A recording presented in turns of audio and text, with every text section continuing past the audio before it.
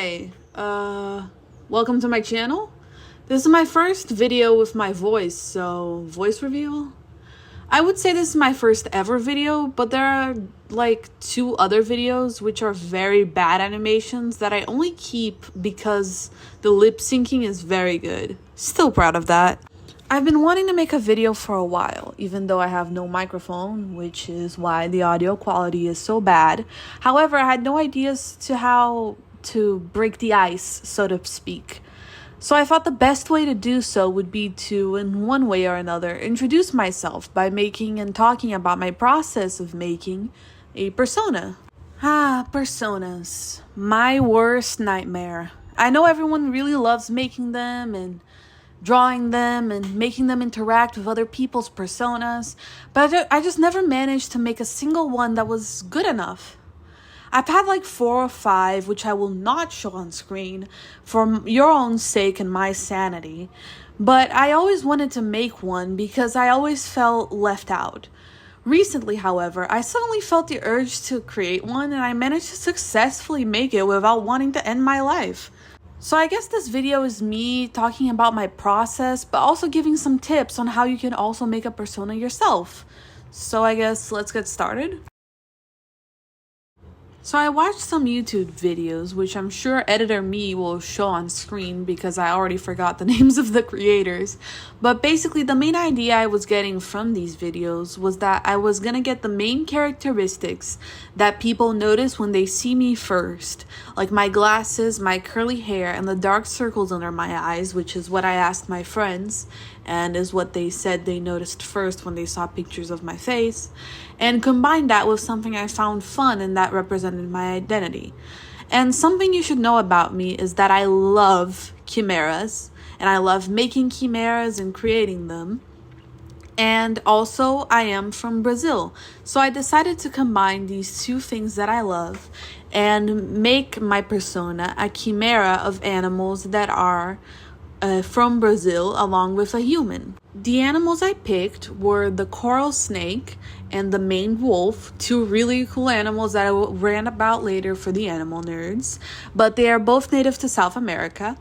And for the outfit, I wanted to try something more related to nature and fairies, not only because it relates to the idea of the chimera already, but just because I think it's cool in general. My clothing style changes a lot with my mood, so you'll probably see me dress up this persona in a lot of different outfits as I go. After struggling a bit with the color scheme, I realized that combining the coral snake with the maned wolf was going to be a bit harder than I thought, so I decided to make the coral snake a pet instead of a tail, since it already felt kind of separated from the design anyway.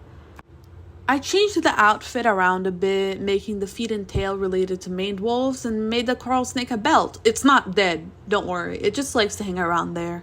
I'd say don't be scared to make a lot of changes and like little alterations to the outfits, especially if your current outfit has a lot of detail, because it's going to be very hard for you to remember every little detail of something that you're drawing very frequently, such as a persona or a comic book character or anything like that. So I'd recommend trying to keep it as simple as possible, or at least that's what I try to do. I try to keep the color palette as simple as possible too, and I kept the colors all registered in this reference sheet I made, which is a good idea to do for any character that you're going to draw a lot, or at least I think so. Remember, this is all things that I believe and that I do to help me, so if it doesn't help you, you don't have to do it at all.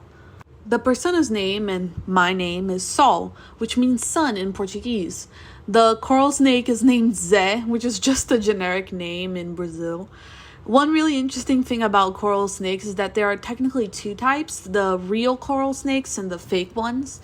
The real ones are poisonous and the fake ones aren't, and it's nearly impossible to tell them apart just by looking at them at first glance. Even though some people say you can tell them apart from the pattern, that's actually not true. Zé, which is my persona's pet coral snake, doesn't like talking about which type he is. It's a sensitive topic, okay? Leave him be. So yeah, I guess that's it. This persona I really enjoyed making, and I really enjoyed how it turned out. I think that's the most important part about a persona, is that it resonates with you and that it's something that you like, and you like drawing a lot because a persona is something that you're gonna draw a lot because it represents you and is the face that you put out to represent yourself in the internet. So I'd say that the most important thing that you should focus on when making a persona is listing out not only the things that people notice first when they see you and stuff like that, but the things that you enjoy and the things that you want to include.